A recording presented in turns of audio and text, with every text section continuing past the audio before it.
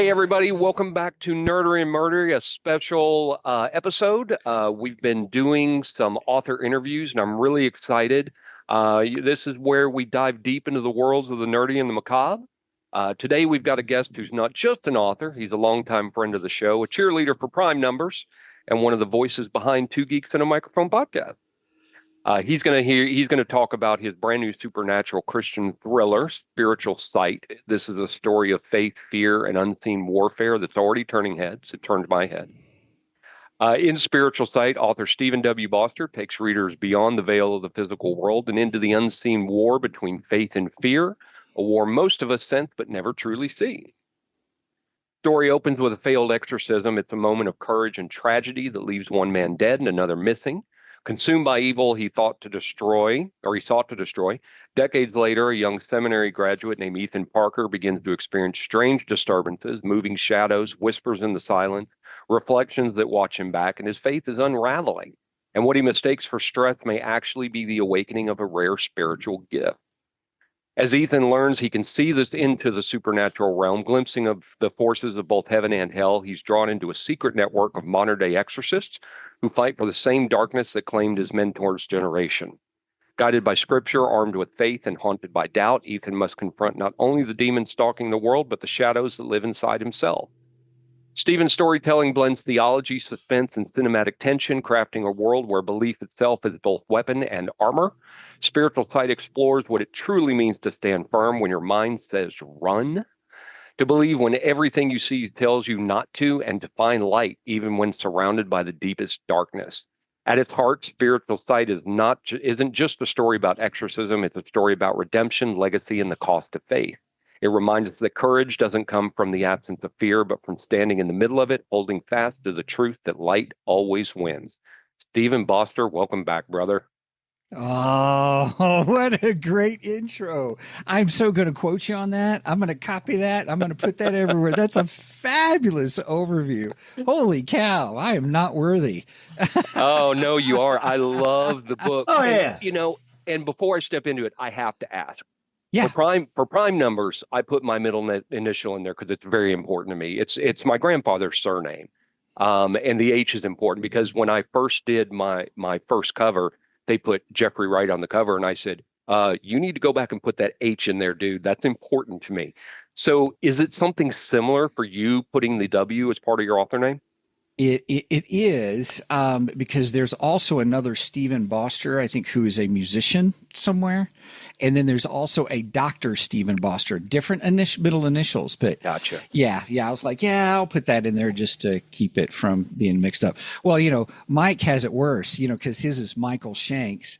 And so then right. everybody the Stargate guy. The Stargate guy. But he's a Canadian hockey player.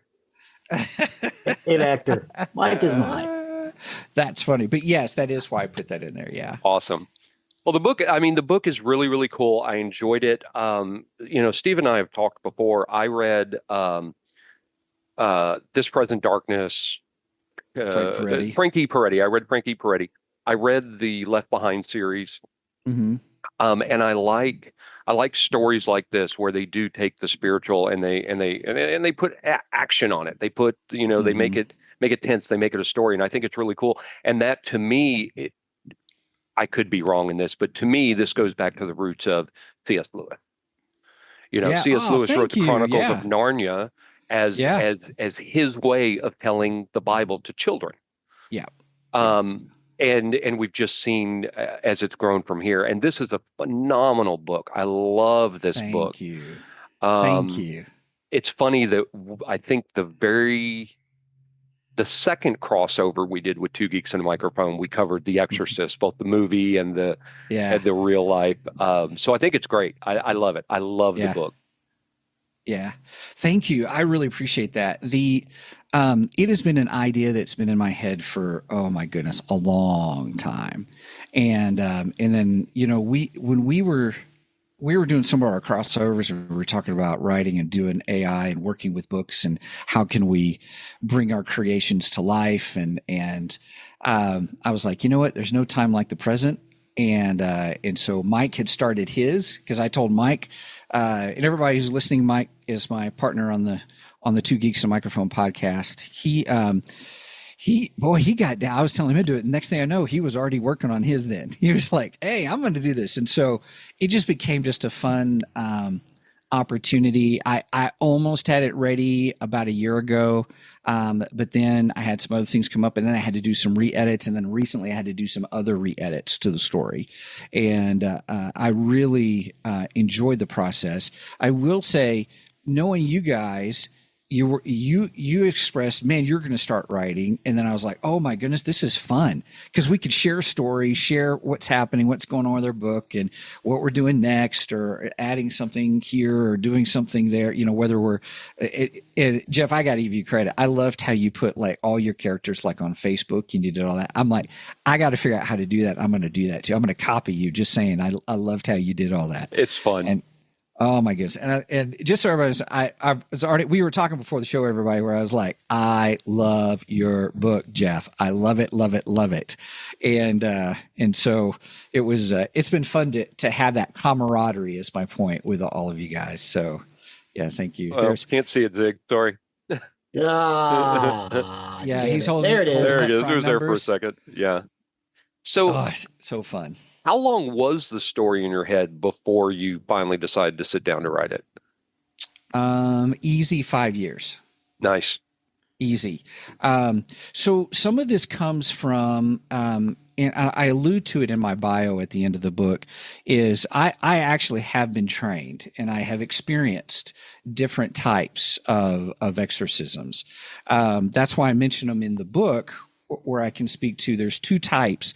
I didn't go into super detail with it. I plan on, most of this was just introducing the world and the characters. But in the second book, the sequel that's coming up, is more into what is a truth encounter and a power encounter. Like what we see in the movies are really power encounters. And where it's the Catholic framework, I guess is the best way to say that. There's a rite, R-I-T-E. And I actually have copies of the older rites that they used to have back from the 50s and 60s. And what's interesting about those is how they do have a tendency to enact what some would call like a manifestation. So in other words, the demon kind of shows up. And how do you handle that when that happens? And I thought, well, that's a lot of people are used to that. But then I wanted to introduce the aspect of what's called a truth encounter. Now, this is the Protestant viewpoint of dealing with exorcisms. And a lot of that is where you don't discuss or talk with the demon. You get to the point where you're continually talking with the individual, and there's prayers involved, scriptures involved. You've got someone, a lot of times, it's not just one person in the room with someone who's a demon. Usually there's two or three other people, very much like the movie The Exorcist, where you have someone who you're training. I served in that role with someone before. A young priest and an old priest? Yeah, pretty much. Yeah. You've always got a mentor who's teaching you, because you cannot go into those situations unprepared. And it's something that some people say, don't even mess with it. I mean, in the pastoral world, or in the reverends who are dealing with this kind of stuff. But I thought, the funny thing is a lot of people, just because of how it's glorified in the movies and stuff, I thought they don't realize that, hey, this is a real thing. There are things that happen that we can't explain, and whether they may be, or some may think that they're demonic. There's a lot of times it's not demonic. I had someone they thought she was demonic, but really she was just dealing with split personalities because of a childhood trauma.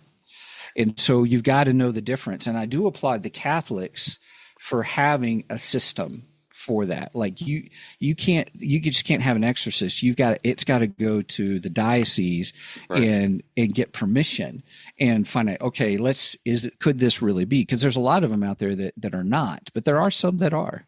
So I wanted to tell a story based upon not some of my experiences per se, but to kind of have a fun fiction framework to say, this this happens. This kind of stuff happens. Go ahead. I'm sorry. And that was really a big basis of the TV show Evil that we watched, because you had the church hiring a psychologist to go in and say, is this something that needs to be exercised, or is this BS? Yes. Yes. You know. Well, it's not necessarily BS, but is this a sick person? Right. Is this a sick person? Right. You know, is it, do we really need to do an exorcist here? They did that. So yeah, they have the procedures. But, you know, as you've gone, you know, as I've known you for so many years now, you know, I know that you've written devotionals and faith pieces before. Yes. But this is a full on supernatural thriller. What inspired you to make that jump? What are your I don't want to say sources, but your what was like? Did you draw from this? Oh, hey, that kind of gave you an idea in this. Your so inspirations. Yeah, inspiration. Sure, that I made a jump.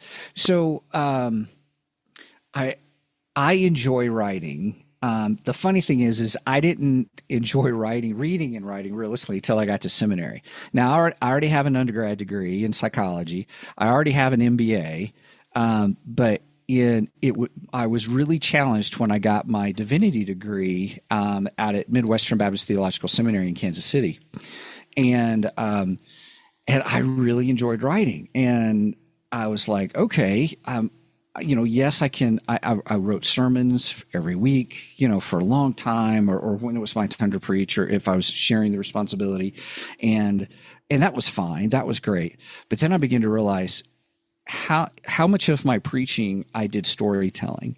In other words, I would go through the scriptures and I would say, okay, here's what the word said, here's what the Bible says in this passage, here's what it meant to the first century Christians. How do we apply that? And I would tell stories to help apply it. I would find stories or develop stories. There's all kinds of resources out there. And I thought, you know, people are so fascinated today on the supernatural world. I mean, look at the TV shows we got. Supernatural for one, which is absolutely a hoot. I know other Christians who are like, well, that's not what the Bible's like. No, it's fiction and it's fun. Yes, of course, you know, God and Lucifer and how you know, the whole, I love Dean, his character, and Supernatural and all that. So anyway, so you've got the show Evil, which I've watched the first season. I'm working on the second. I want to start the second soon, and the third, because Mike has already watched it. So we want to do a show on it. Should we do a crossover? I'm all over that, because we talked about it. We didn't do an episode on it. No, we did an episode on Evil. Did we? I guess. We did. We did an episode. That's right. It was back there though. Okay. All right. Well, so you've got a lot of people who are interested. So I'm not a pastor today. I still help with churches and different things, but I've noticed that in some places where I go, amongst where I live, people want to talk about, is this real, or is this supernatural thing? People are talking about, you know, ghosts and hauntings, and, you know, especially even with the Conjuring series that's been more successful than people thought it would be realistically, in the Warrens and just their story. So a lot of people are really interested in these things. And so why not have a tool that can help people introduce them to that world, but in a way that is, more in the fiction realm than the actual realm. So can serve as doors if people want to ask questions more on, is this real, or what's this like? So that was the jump. It was like, yes, I can do the practical nonfiction approach to someone's faith and encourage them, and not be as this is going to sound terrible and people are going to give me static for this, but not be so uppity snootity as a Christian, because you have those and how they treat others. And I've always been conscious of that. And so what's a nice, fun way to have conversations with people? Fiction, storytelling. Sure. Absolutely. And so this was my foray into saying, okay, Stephen, let's start this journey. Just do it. I'm not going to be perfect at it. I am an amateur writer, but I thought, you got to start somewhere, so why not? Wait a minute. Have you sold a copy yet? That's a great question. Yes. You are not an amateur writer, sir. I'm a professional now. because anybody who is a member of your Ko-fi that has the book has purchased your book. That is correct. So, yes. So there you go. And I would be one of those. Yeah, we really appreciate our sponsors for the show. And we really appreciate you guys just for being a part of it and just our friendship that we've had. I mean, you're right. It's been, 2 years? Easy, I think. Longer than that, I think. So. I think, yeah. I think you're we're right. Coming, yeah. We are getting into the weeds. We're getting close to 5 years at this point. Yeah. For you guys. Yeah. And I'm fairly certain that we met y'all in year 1. Yeah, year 1, the beginning of year 2. Okay. So. Yeah. Oh, what a fun ride. Yeah. So you are no longer an amateur. I'm no longer an amateur. You're not an amateur. Well, thank author. you. You are a professional. Thank you. The evil episode was episode 190, by the way. So it wasn't that long ago. Yeah. I didn't think so. I just couldn't remember if we did a whole episode on it or not. We recorded it like a year and a half ago. Something like that. Okay. Well, so in the book, the prologue itself, it hit hard. I mean, it's a failed exorcism. It's tragedy. It's mystery. Did you know that was going to be the opening scene from day one, or did it evolve later? No, day one. I knew it because not just from the hook point of view, but I wanted to set up something. I was inspired by Wheel of Time, the first book in the Wheel of Time, where you have this huge prologue and you're like, what in the world is going on? It shows this guy's power, but yet at the same time, he's going crazy. There's this there's this incredible villain, and they're talking, and the way that they're talking is the villain is really smug. And then all of a sudden it opens up to what this, what the main character has done to his family and friends and the horror of that. And then, ta-da, there you go. There you have it. And then now today. So I thought, you know what? Having a prologue that kind of just throws you right into this world and would have the same elements. I wanted to have, unfortunately, a death to show the stakes. I wanted to show failure of a hero character, and then also wanted to show that with the mysterious character at the end, showing there's much more to this behind the scenes than just a simple exorcism. And usually that is the case. There is a lot more that's going on. A lot of people think that the exorcism is the point of action. Well, everything's right there. No, everyone forgets what leads up to those situations. What's the trauma that the person has gone through? What's the habits, the hurts, the hangups that person has, and what causes them to get to this point and allow themselves, or they've made a choice. And so I wanted to get all that kind of roped in, and also show that in relationships, there's always, there's in these types of things, like, think smithing, you have apprenticeships. That's the word I'm trying to find. Sorry. You always have apprenticeships. There's always somebody helping someone another. Either that person is a mentor to a mentee, or two people side by side taking a journey together, or it's the hero's journey. You've got an older mentor who must die in that story for it to be complete. Yeah. Right. Oh, brilliant. Yeah. So that's no. That's what I wanted. So that's great. I really wanted that punch because I knew what I wanted to do with Ethan's character at the very beginning. I wanted to show him and I've seen this firsthand with some guys who go into seminary and think, okay, this is God's call in my life. I really want to help people. For many of them, it's not this, some people think, well, they're just going there to be a big old time preacher and stuff. Now, there's some who may want that, yes. But most of the guys that I meet really have hearts to help people. And I've seen several of them go, okay, now I'm out of seminary. Now what do I do? And it's almost like, I don't want to say it's the extreme of a crisis of faith, but there is a sense of, I did all this work and yet the world around me, how marketable are those skills, and to try to find a church. Not a lot of people know, but I mean, across the United States, I can speak of Southern Baptist world. Most churches, the average church is anywhere from 60 to 100 people. Mm-hmm, mm-hmm. And of course, a lot of people see all these big multi-million-dollar, there's thousands and thousands of people. Over 90% of those churches average about 100 people a week. Yeah. Kind of a thing. And they are just loving on those people. So of course you got 100 people. That's not going to, you're not going to make a living. You have to be what they call bivocational. Mm-hmm. And so because of that passion and that heart, I wanted to show that in Ethan, what I had seen in other people. I wanted to show that I've completed this. I've done very well in school, but now what? What do I do now? And with Ethan, the main characters we're talking about here, he feels so authentic in his doubt. I'm going to hit the hard question here. Absolutely. Was he inspired by your own experiences of questioning faith?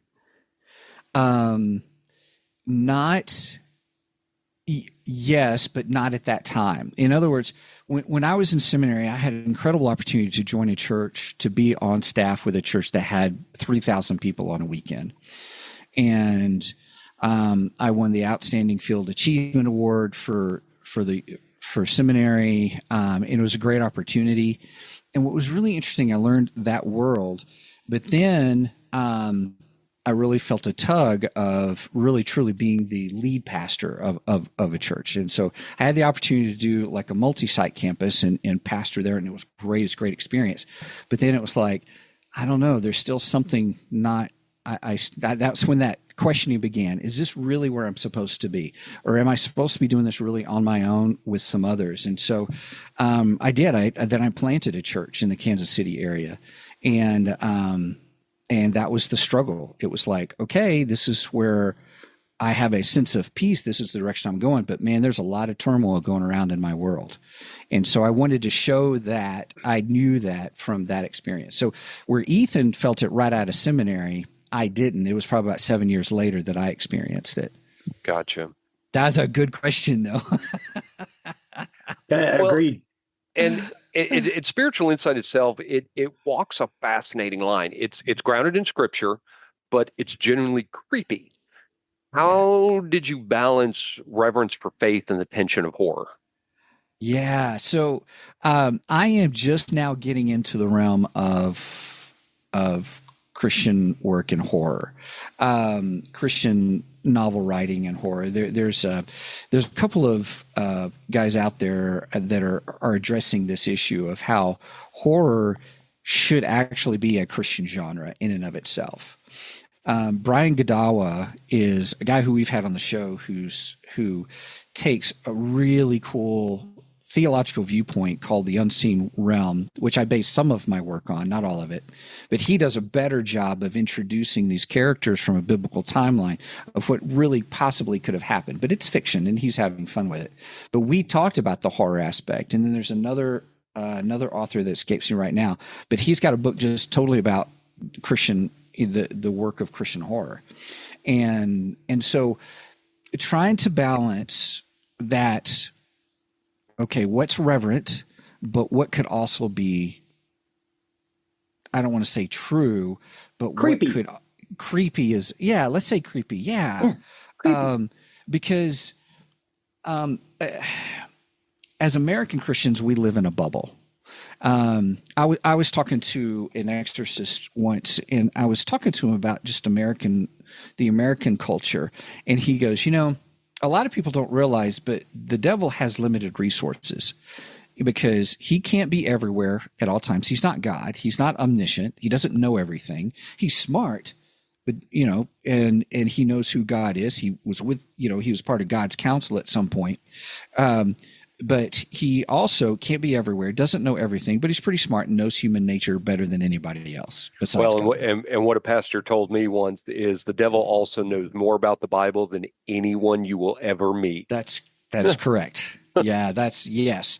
Because I've seen situations where I've been in situations, witness is a better term, not been in them, but witnessed, where scripture was used as, and it was twisted. So it wasn't quite straight the word of God, but Sure. it was like, well, it's been kind of said such and such, such and such, such and such. So you really are. I mean, if you're dealing with a power encounter, a demonic thing, they're just always telling lies, and they're trying to get you to doubt yourself, trying to falter. Well, I mean, you think about it. The I don't want to say Southern Baptist, but the because this is before the Southern Baptist split and everything. But like during the antebellum period, Scripture was used to advocate slavery in the South. I don't think it happened in the North, but we all know that happened. Yeah, You know, and it can be twisted. it is. It's that And thing is Jim Crow great. too. In the Book of Eli, the movie The Book of Eli, it's a great expose about that, about how someone would want to use it for their own purposes or try to sway people. Because just like Jeff, you were saying, the devil knows more about it than the average American. But here's the thing. A lot of people don't see the demonic in the United States as if you were to go outside the United States. For example, so I took a trip to Haiti, and this was after the earthquake. And it was really interesting. You've got witch doctors in the towns, and it was accepted part. And one of the things they would do is they would raise flags to what spirit, I'm just going to say that in general, what spirit they were calling on. And so what would happen is you would have two witch doctors in a location. And let's say you've got this one person who sets up shop at one end of the street, and you got a competitor that comes in on the other end of the street. And so what happens is they're calling on their witch doctors who serve as intermediaries for light and dark, is how they explain it. It's all dark openly. And that's my personal opinion and my experience of what I've seen. And what happens is the limited resource of having those demonic encounters of who gets cursed openly, they're asking for curses in some ways. The whole community is watching. So if the whole community is watching, we're leading the whole community, and we're taking captive the whole community rather than just a one-on-one person. And so that's one of the interesting things about just where we don't see it as much in the United States, but you do see it more so outside the United States. Mm-hmm. Mm-hmm. So you talk about this briefly in the book, but I wanted to touch on this because and forgive me if I mispronounced this. You use the Berean Standard Bible throughout. Yes. Yeah. Why that translation in particular? Because it is entirely 100% free to use. Gotcha. And it is Easy a good enough. translation. Yeah. Now I could do my own translation. I know Greek. I know Hebrew. There's just a lot of work. Mm-hmm. Sure. And other people have done great jobs. And I L'chaim. think I know a little bit too. yeah, I love it. So one of the things about that translation is, I mean, it's not a bad translation. It's free to use. You don't have to pay royalties on it. And there's a big debate, going on about translations and how much they charge. So I can tell you from experience, or not experience, but I knew one of the translators of the Holman Christian Standard Bible, which is now the Christian Standard Bible. He translated the book of Isaiah and some of the minor prophets. He was one of my professors. And we were talking one day, and I asked him, why is there like another translation coming out? And he said, that's because the Lifeway, which was creating all these materials, would quote the NIV, which is published by Zondervan. They were paying millions and millions and millions of dollars every year to use those. But then when the Christian Standard Bible came out, he said the cost to create that translation was $400,000 at that time. So that's about 25 years ago. And so it was just, we could do our own translation. It'd be cheaper. And then we don't have to pay all these royalties.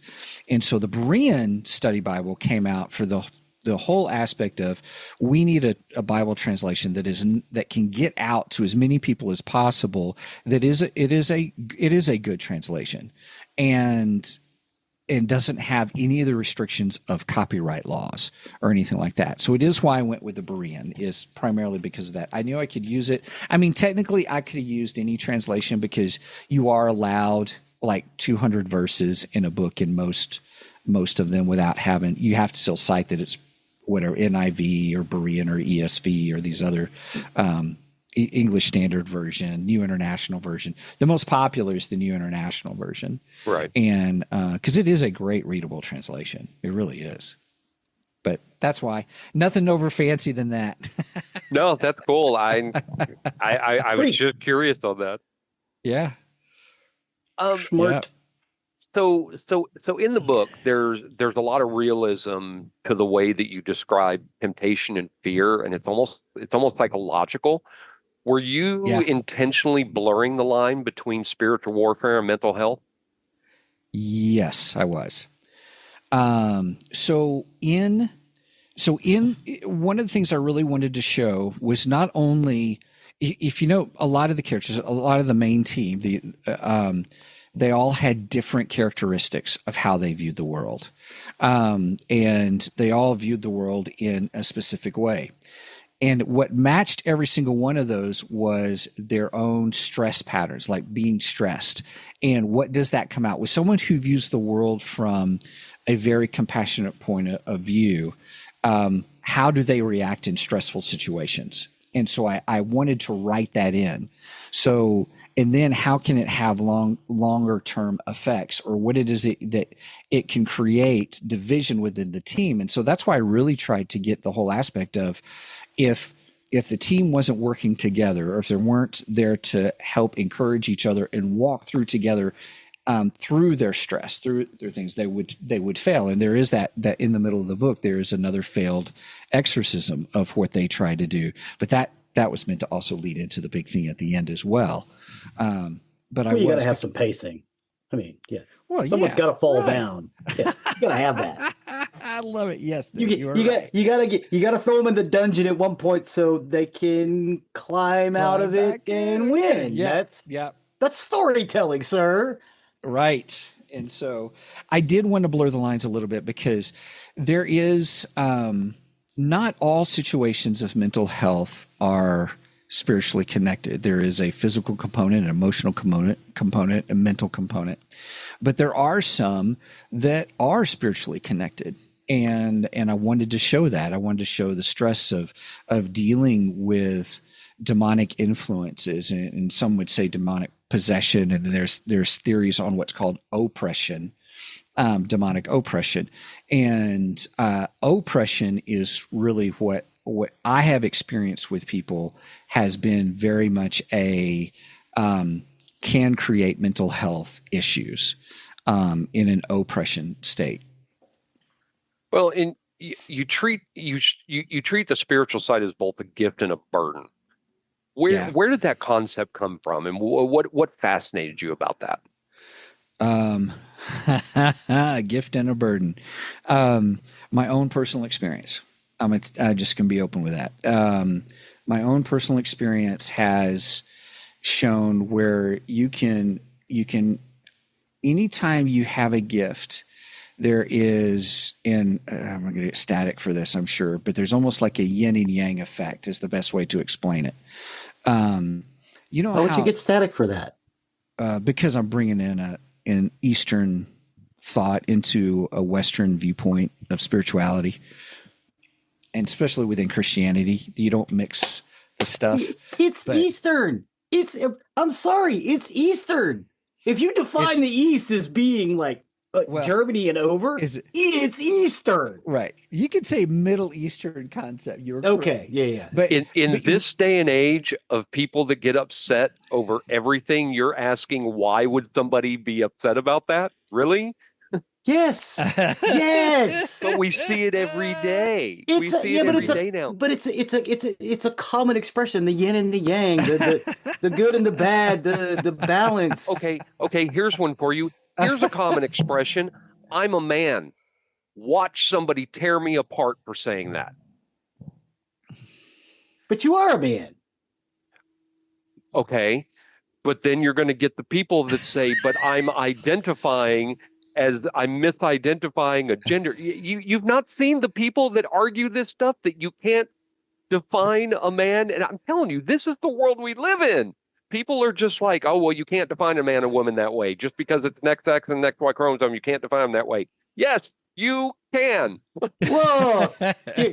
You're defining it. Well, I think that what they're saying is you can't define someone else that way. You can define yourself however you want. I think that's where the argument is. I'm just using one specific concept. Okay. Everybody gets upset over everything now. It is too much of a woke world. Too much of a woke world. Right. Well, yes, you're correct. So anyway, but the concept we're talking about is there are, you can say pluses, minuses, there's push and pull. So when you have a gift, I've noticed and I've seen this in different people who have different gifts. One of the things that the Christian churches, especially North American churches, do is they do gifts assessments. And that's for what can you connect with that would really bring you joy in serving the church or serving the community through the church. And so but you'll have an equal and opposite pull down, if that makes sense. So it's like doing your stats in D&D. Yeah, so you can't take everything at 10. Right, exactly. That's a great example. Yeah, so I didn't even think about that. Yeah, you've got so many points that it gets allocated. But what happens with gifts is every gift comes with some type of, I don't want to say curse, but some type of battle or balance beyond it. So for my example is I used to have people tell me that I was a really good preacher.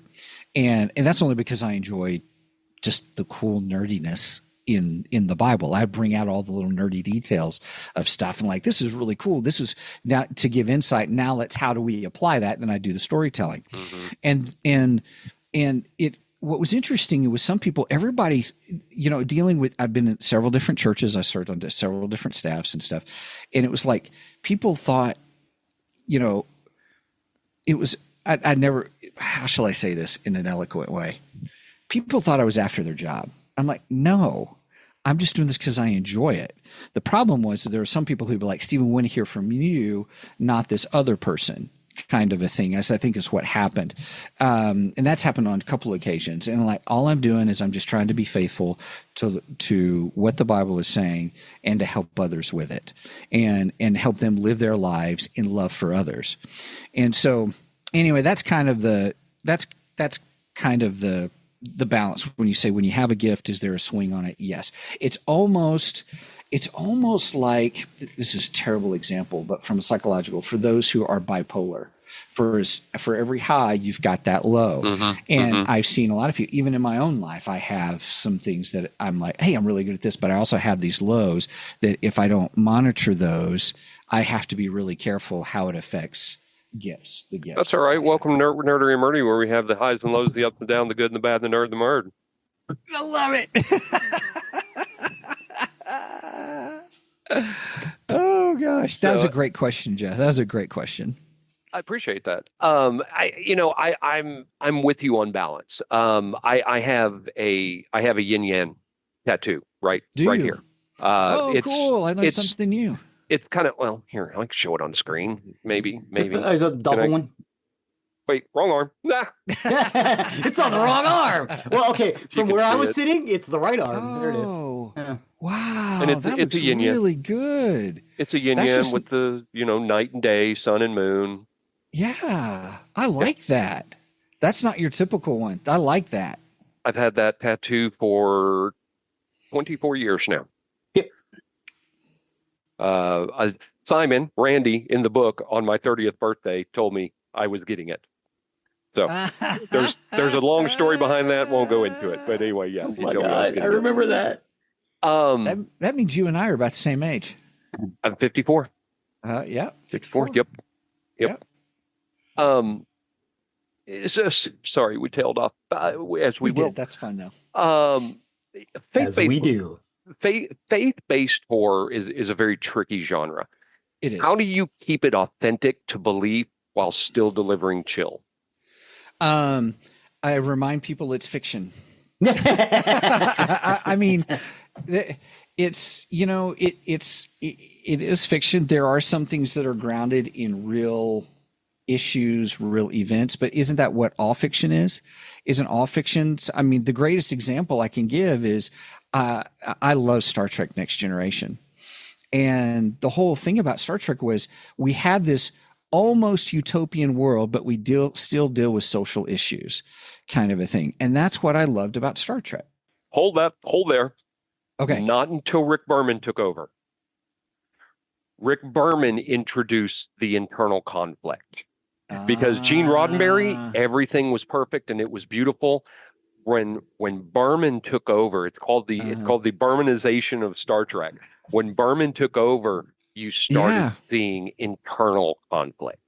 So what was your favorite episode? My favorite episode of all time in Star Trek was the Inner Light episode where Picard... The flute episode. Absolutely. 100%. Yep. It's my favorite too. I think that episode brings tears to my eye. It's a beautiful episode. Beautiful. The end scene where he picks out the flute and starts playing is just tear jerking. I love that episode. Love it. Yeah.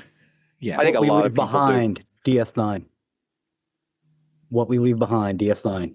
Oh, so which one was that one? The last one. Oh, see, I didn't finish the series. Oh, I'm terrible. I'm a terrible Trek fan. So it's so good, but it is a slow burn. You got to get through the first two seasons. Yeah, that's why I couldn't watch DS9. It was a slow burn. I couldn't locked in.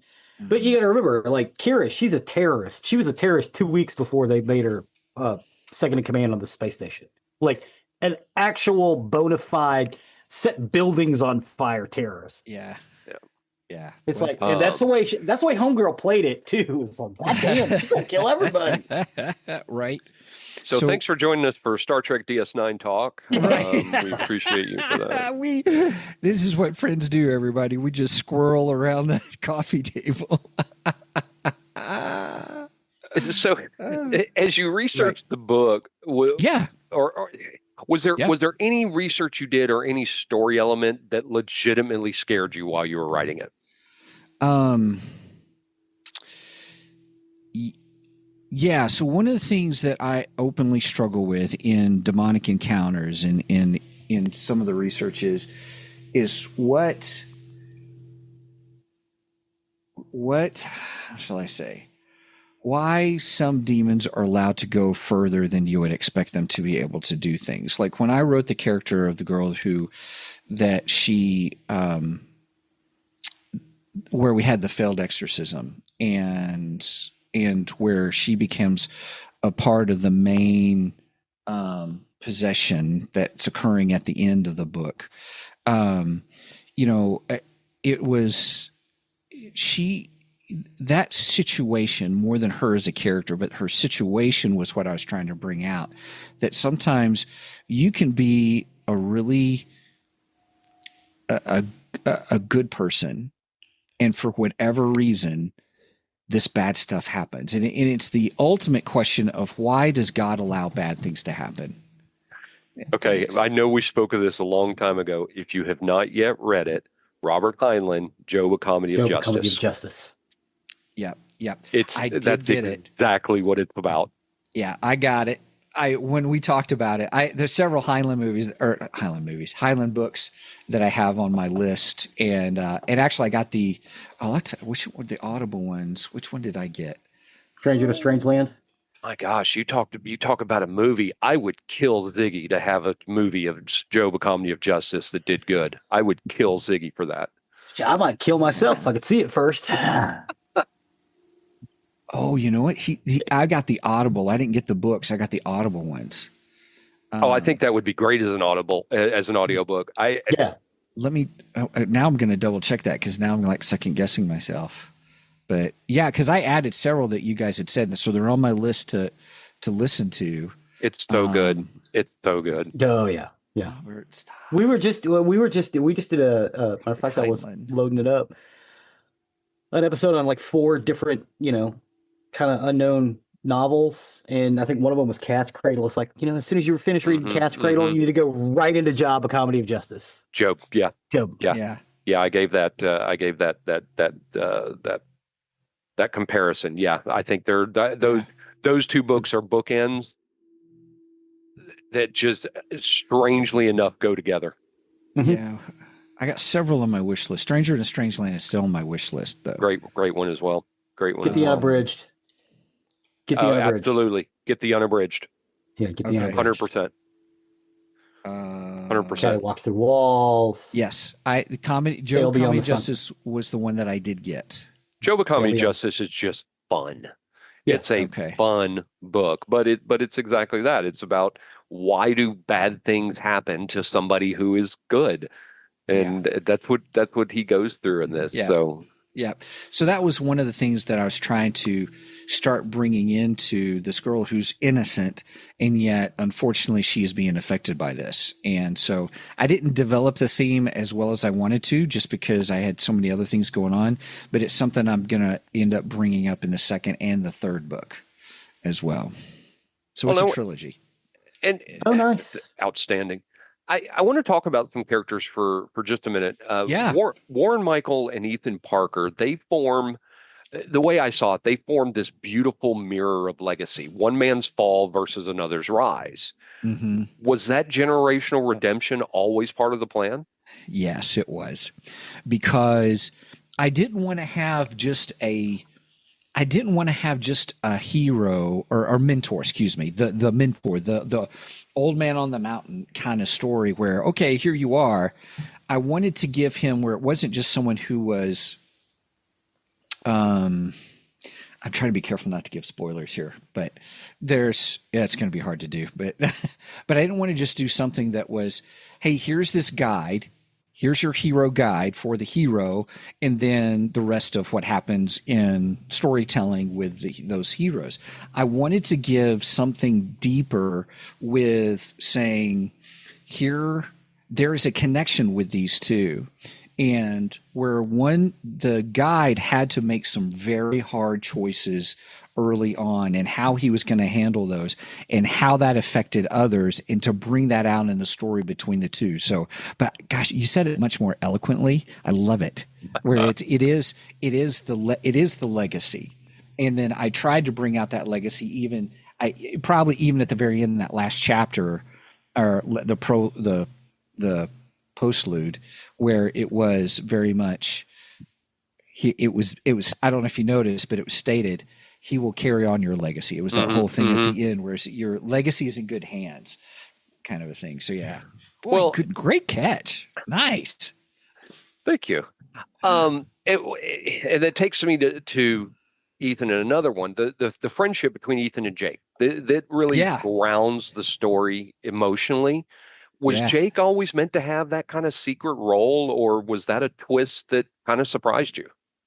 The Jake's secret role, are you talking about the grounding, the brotherhood between the two? Yes. It was always meant to be in the beginning, and I based Jake on a good friend who's a neighbor in my neighborhood, and I even allowed him to read the book early edition. we're talking like second draft edition, and he goes, "You wrote this character kind of after me, didn't you?" I said, "Yeah." Now, and then the funny thing is he's agnostic, and so I wanted to show someone. I took that part of him about a science framework, but still someone who is faithful or has faith. Let me say it that way: has faith. But also is a scientific minded individual as well. But also was a fun loving, kind of creative person who in one of the creativities in the book, in that first chapter where they're talking in the coffee shop, he's making up words, and I put those, and it was just a lot of fun to have those in there, because even when I was using all my spell checkers and all my editing stuff, they were like, "Are you sure you want to put this word in there?" I said, "Absolutely." I have that with prime numbers, because there's some very specific words that are said in a nonsense way, and the grammar editor went, "That's not how you spell it," and I said, "Yes, it is. That's exactly how that should be." Yeah. Yes, the discombobulator. There's a little bit of, in the making the fun words, there was a little bit of Phineas and Ferb, Dr. Doofenshmirtz, kind of a little bit in there about how he named stuff. And I thought, I may just do a little cry out to Doofenshmirtz. So which character in the book changed the most from first draft to final version? Ooh, boy, that's good.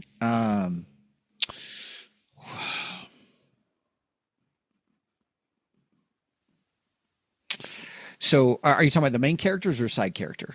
Anything in there, just the one that changed the most. Yeah, the one that changed the most was Commander Chen. And so I really struggled with what to do with her. I wanted to show a strong female character leader outside of the group that you work along. It's okay to work alongside. I didn't want to have a typical girl boss. I wanted to be more reverent. A lot of people just do girl boss shows and movies, and here they are. And I really wanted to have someone I could introduce in this one. And then as I introduced Commander Chen, I realized how much I had to rewrite the ending a little in order to give her the due respect as she carried on, and she carries on in the other books, the upcoming books. So originally she was just a side character. She was just like, here's Commander Chen, happens to be has her own team in this organization. And I thought it'd be good where she was very, originally wrote her very put offish, very much. And then I began to realize as it was working towards the end, how much I'm like, ooh, no, she's so much more. She has so much more of a part to play. And originally I did not have in the big sequence at the end, I did not have as much in there about her with a couple of members of her team acting out. So I introduced it, but I didn't dwell on them because I wanted to dwell things from Ethan's point of view. So it was a little difficult. Because originally I wrote everything from an omniscient viewpoint. And then I began to realize I really need to write this from Ethan's viewpoint. So that was another major rewrite in going through the book. I was like, no, I don't like this. I need help. Let's redo this from Ethan's point of view. The only thing that's still omniscient is the prologue. I kept the prologue because I was like, no, this prologue is right where I want it. I didn't feel like I need it. Because then I thought, well, do I do this from Warren's point of view? And so do I do that? By the way, you were asking earlier about Stephen W. Boster. The W, my middle name is Warren. And my brother's name is Michael. There you go. So there's another fun little tidbit. So as you were writing the book, were there any moments that were genuinely difficult to write? Either emotionally, spiritually, or personally? Yeah. So writing stress is stressful. For me, writing, it was very difficult to write the characters failing. I struggle with that, but you have to, as part of storytelling, you have to show their weaknesses. You have to show, you have to show some kind of growth and stuff.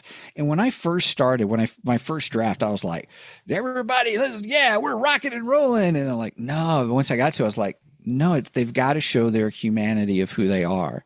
And so they have to fall down before they can get back up. Mm-hmm. Yeah. Mm-hmm. Yeah. Have to. Yeah. Otherwise it's not a good story. Right. You're right. And so, of course, as I, learning how to write and learning about storytelling, those are some of the things I learned. And so, because, I really enjoy these characters. I mean, I did them, I wrote all of them with a purpose in mind. And I wanted to show for the team, each one, I was very specific on their personality type. And then as well as also how they viewed the world and also how they show distress patterns. in the book, you remember how Warren Michael would address some of the team members, and I specifically did it. I know it kind of killed some of the pacing at times, but I did it for a reason, to show that it was like you have a leader who's in tune with every single person of that team and knows exactly what to say to reorient them outside of their distress of what's happening. And so I did that with a purpose, to show that here is the struggle that they're facing, but that there's a way out of it. But that was when Warren Michael came involved. If you remember, they started exhibiting the same distress patterns as they did in their failure. And then you had a leader who was the mentor to Ethan at this time, and realizing that, it's they are not their distress pattern. They are what's behind that. Let's highlight who they are from a positive standpoint to help them reinforce who they are, or how they are made. Even though they're all different, they're made differently, but it was, how can we show that gives them strength? So that was kind of the point. But to do that first failure, where you've got the girl, and then you've got, here comes Blackwood at the end of that, and like, what are you doing? How did you show up here so quick? Kind of a thing. But they were at their worst. They were at their defeatist moment, and that was hard to write. That was the most difficult, because anytime for me writing stress, you almost have to put yourself into that situation in order to say, okay, how am I feeling? And then how would this character feel in this? And then it takes a lot of energy to do that. For me, it did. No, I absolutely understand that. Because something you said, it just reminded me.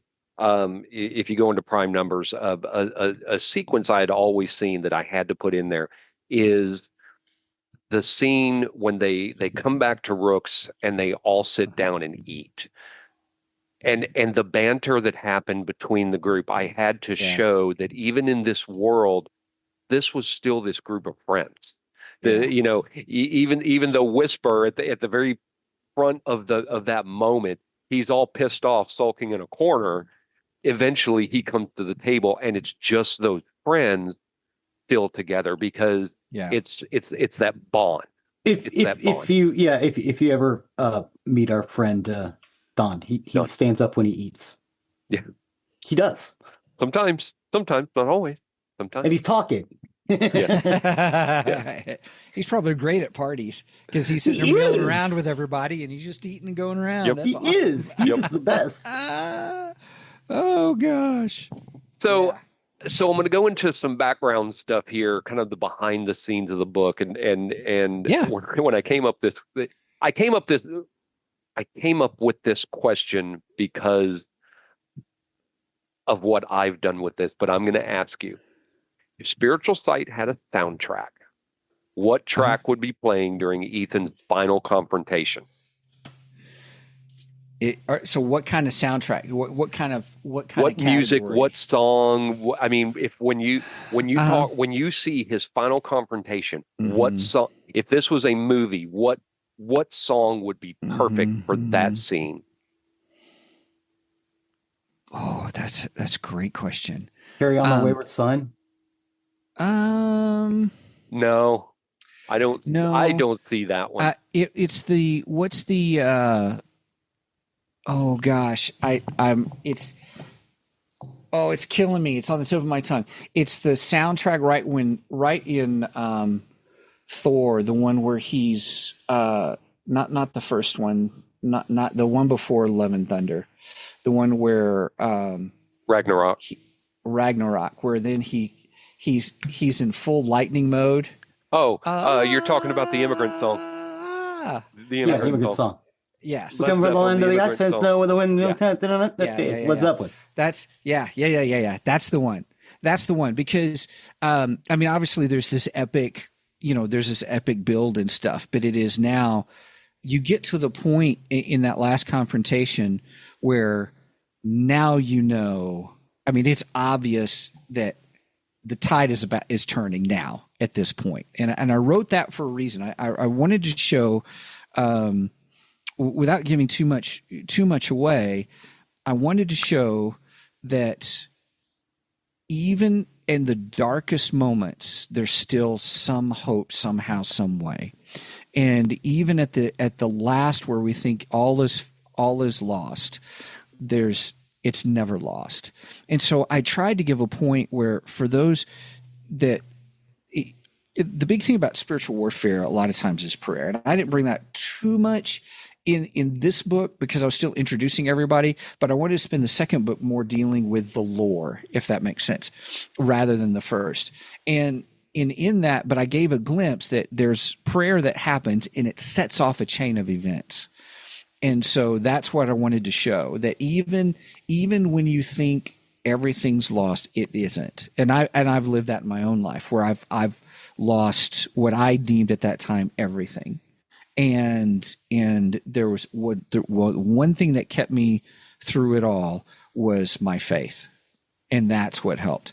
And I wanted to show that element in the end, if that makes sense. Absolutely. Absolutely. And that ending is what I always knew where I wanted to go with the book. And that was always, I already knew where I was headed. And so it was just a matter of getting there. That's so funny because that's exactly where I had the biggest problem. I knew exactly where I wanted to start. I knew where the book was going to end, and I struggled everything in between. I just had to. I had to connect those two somehow, and that actually leads me into my next question as well, because for me, a lot of the writing took place in the middle of the night, and when I say middle of the night, midnight, 1 o'clock, 2 o'clock, because I would suddenly wake up once I got that passion, that hit in that I had to complete this, I would wake up in the middle of the night and just start writing. So for you, were you a late night typer, early morning coffee and prayer, or whenever the music hits? So I would, I dedicated time on the weekends, if that makes sense. The week is just, for me, was just crazy. Now, I want to come back to you here in just a minute, because there's something interesting that I want to follow up with you on that. But so I would dedicate time. And so what I did was I sat at my desk and I knew it was going to take me a minimum 20 minutes to an hour to get back in the groove. And I decided I'm just going to have to do that. But once I was in the groove, it was great. I was like, this is fun. All right. And I had to keep telling myself, Stephen, don't edit right now. Just write. Don't edit. Because that's how I used to be. I was just very much, I would go edit and then I would forget something. Oh no, that was such a good idea. What was that? I forgot, kind of a thing. And so I would just write. And what is it they say? You never show Harlan Corbin. I watched him do a teaching on, because I'm trying to learn how to be a better writer. And I watched his BBC Maestro thing. And it was so funny. He's like, yeah, you don't even show your own mother your first draft.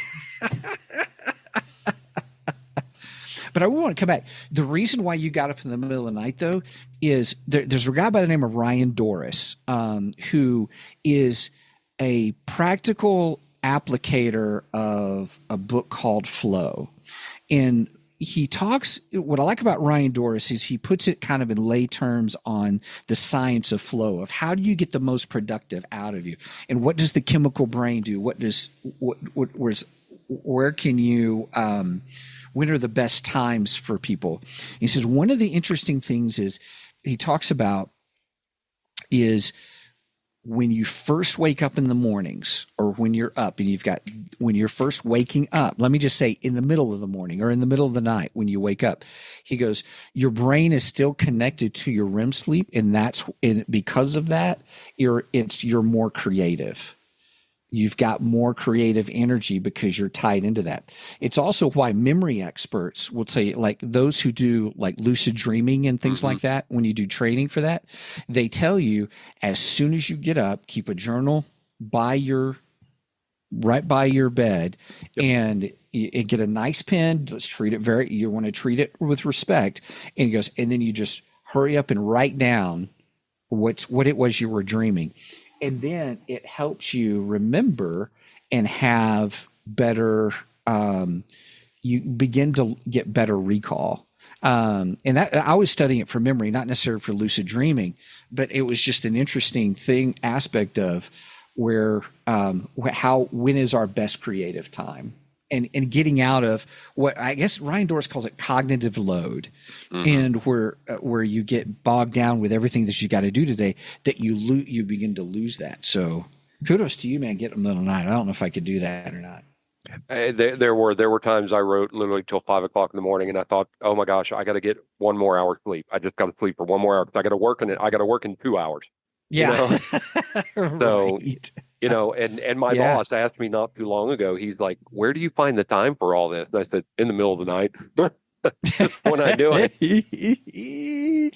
Yeah, I'm part of a communication cohort, and we were talking, and it was the Tuesday after I released my book earlier the Wednesday, and they're like, Steven, they said the same thing. How do you have time for that kind of thing? And it's just, you learn to make time. It's Absolutely. amazing how much time you have when you don't watch TV. Sure. Like, or scrolling on a, what they call it, doom scrolling. Oh yeah. Well, I mean, Or watching TV and doom scrolling. Yeah. I took 10 years off of college. I left college and I took 10 years off, and then I went back. And the first class I took, the professor had us do a 3-day assignment. We took a piece of paper home that had 3 days, and every hour was notated. And he said, I want to know every hour what you're doing, every single hour, and you write it down. And when we came back, we went through all these, and he says, okay, so most of you here in my class are older adults. When you tell me you don't have time, let's now look at your list. And I saw all this time when I was like, oh my God, there's an hour, there's an hour, there's an hour, and I learned, but when I went back to college, I spent 4 years of not watching TV. Do you know what I missed while I was back in college? Battlestar Galactica. Yep.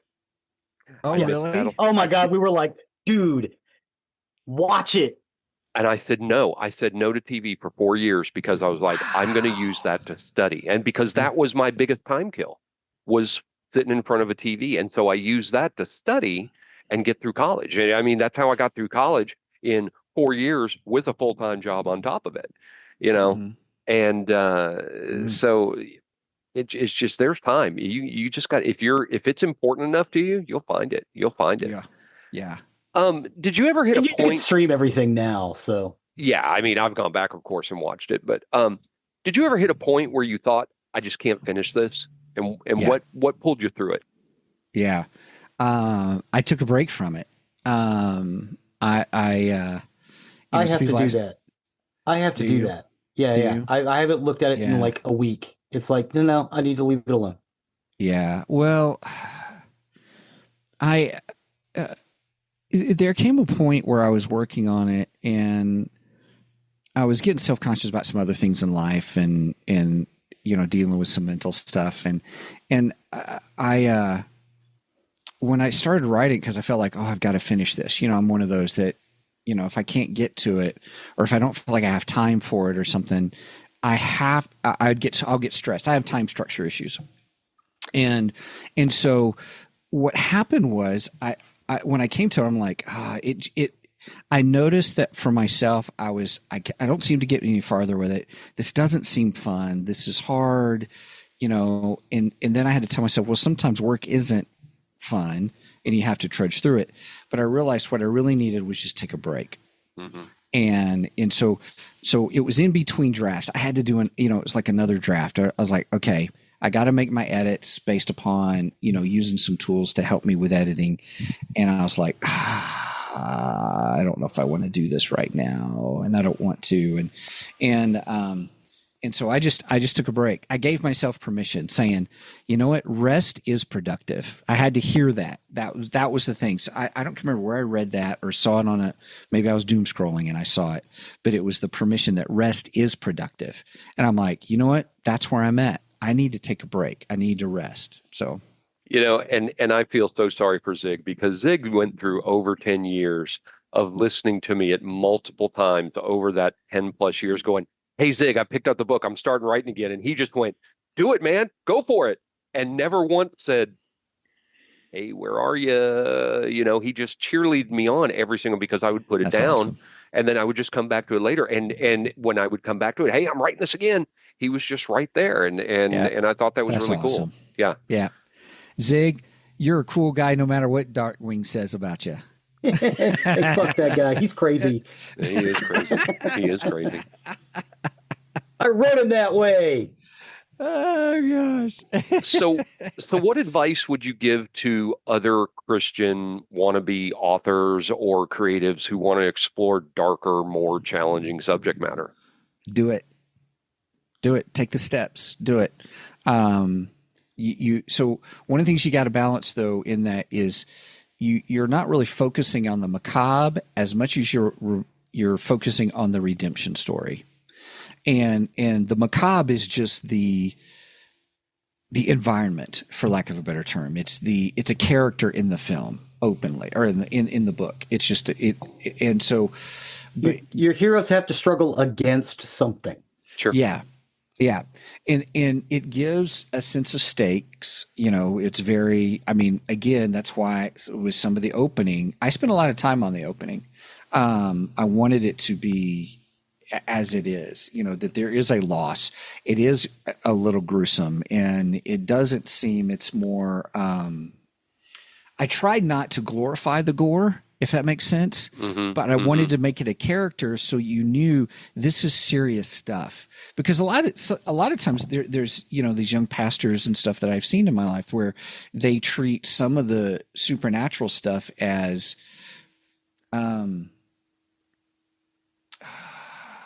oh, it's no big deal. We've got, greater is he who's in me than he who's in the world, scripture, which is important scripture.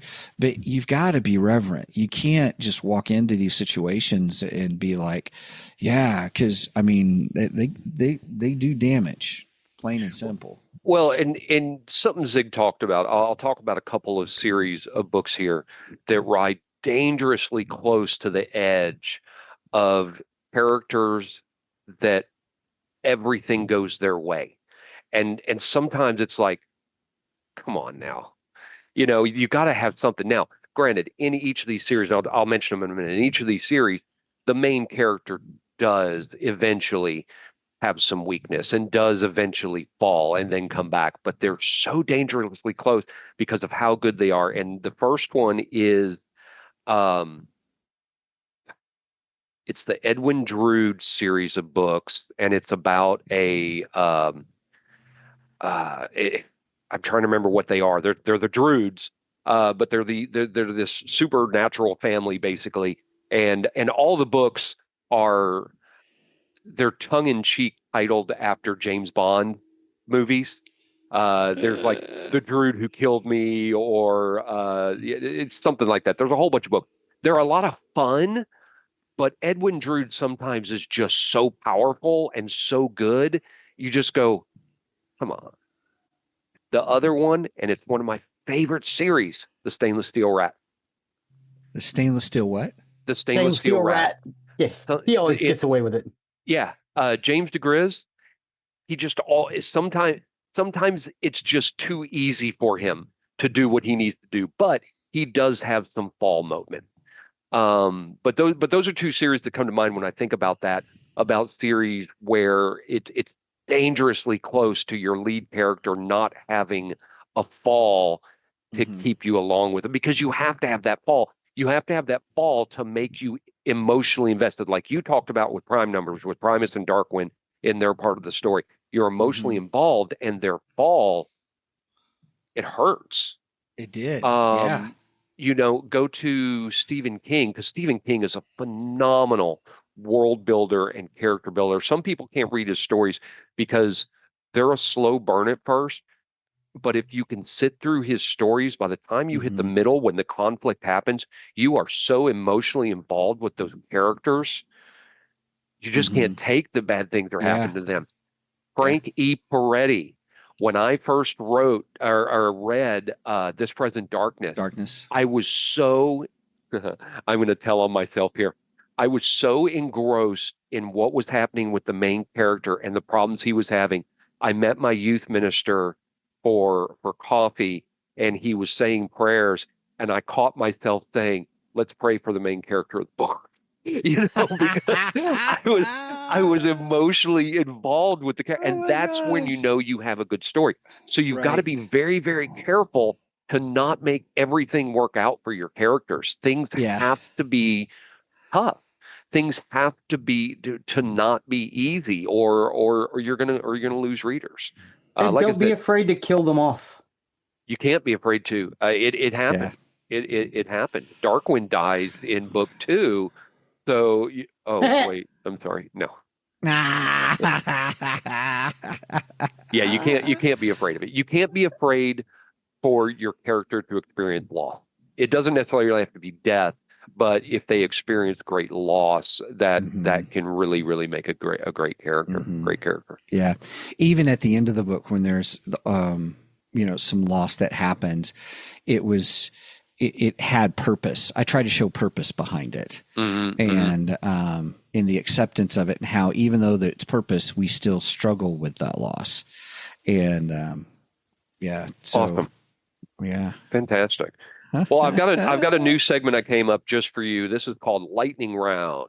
Okay. All right. So Lightning round. quick answers here. Favorite Bible Okay. verse for courage. Favorite be strong and courageous. Joshua 1:8. Go-to writing beverage. Ooh. Lightning, come on. Okay, lightning. Right. Well, right now it's not coffee. It is. I'm hooked on Shasta, Dr. Shasta, the free kind, but I throw in some grenadine with it. Movie monster you'd least want to face. Ooh, Godzilla. Dream casting for Ethan and Warren if Spiritual Sight was a film. Dream casting for that? Oh, Yep. Ooh, Ryan Gosling. How about for Warren, Ethan and Warren?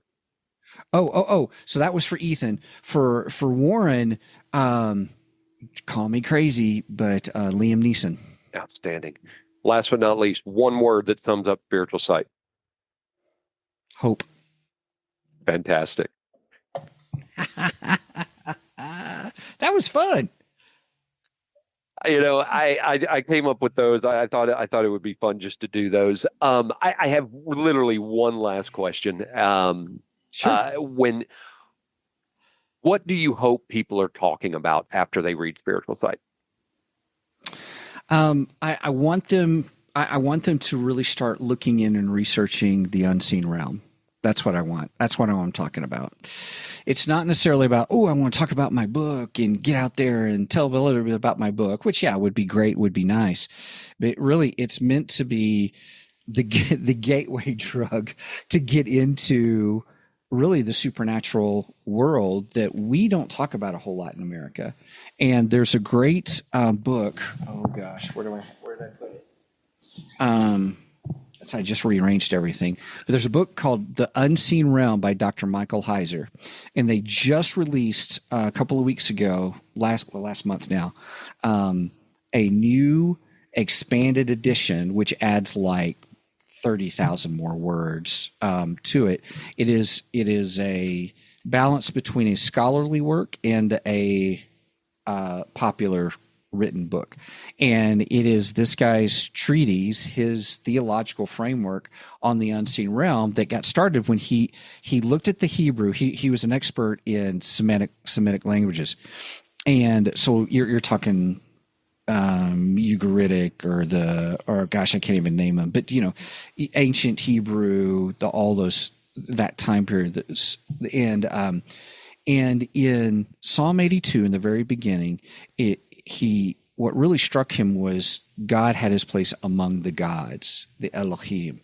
And what was interesting about that was he's like, wait a minute, we're not polytheistic. So what are we talking about here? And Judaism isn't monotheistic. It's monotheistic for us. The way he positions that, I think what you're saying, and maybe saying the same thing, is there's a divine council, if that makes sense. And so there are different beings. It's not just angels and demons. There are supernatural beings that have different purpose and roles of what they do. And so then he begins to look at from the Old Testament and even into the New Testament and even in the book of Enoch, where book of Enoch is referenced in the New Testament, but it's not part of the canon. And there's certain rules for that, which is no big deal. But he says it's still just like in the Catholic Bibles where you have the pseudepigrapha, they're good for history and they're good for introducing and helping understand concepts. He said the Book of Enoch is just like that. Go back to what you just said. The pseudo what? Pseudepigrapha? I thought it was called the Apocrypha. It is called the Apocrypha. I'm sorry. Oh, okay. Sorry. Yeah, my brain went to pseudepigrapha because the Book of Enoch is a pseudepigraphal writing. Yes. Enoch obviously did not write it, and so it's attributed to him. It's probably why it's not included in canon, because anything that they couldn't confirm that was written by that individual for sure, or something that the church had not already accepted as being, yes, these are, what we were already using. It wasn't, that's why, like the Gospel of Thomas, they know it's not Thomas, because there's not an early copy. I mean, we have the Nag Hammadi library, but in that, you have a copy of that, which is a super old copy of it. But the early church fathers referenced all those and said, yeah, they weren't written by them. So you've got what I was always taught is the Apocrypha you will not see in most current modern day Bibles, because the Apocrypha is not considered divinely inspired. Now, in saying that, you will find some Catholic churches that still have the Apocrypha in the Bible in their church. That's a very Catholic thing. Me being a former Catholic turned into the former Catholic, turned into Southern Baptist, turned into, honestly, I'm just a man who believes in God. So, dadgum Southern Baptist. That's my background. But yeah, I'm familiar with the Apocrypha. Is it 4 or 5 books? 5? I don't know. I think it's 5. I'd have to look it up. Catholic Bibles will have it. Protestant Bibles will not. Correct. Unless you get the Catholic edition. Exactly. Have that. Yeah. Exactly. And so the Book of Enoch is not from the apocryphal writing time frame, that in between the New Testament or the Old and New Testaments, the history that is involved. But there are some, because it was referenced in the New Testament, and some of the authors, what they did was they said, okay, let's look at that reference and see what is it that the author was trying, the author of that letter, or that it was a letter. What were they trying to convey when they quoted it? So yeah. Mm-hmm. Awesome. Well, Stephen, thank you so much for joining us. Thanks for having me. I loved reading the book. It was absolutely phenomenal. It's one I would read again. I am very much looking forward to the sequel.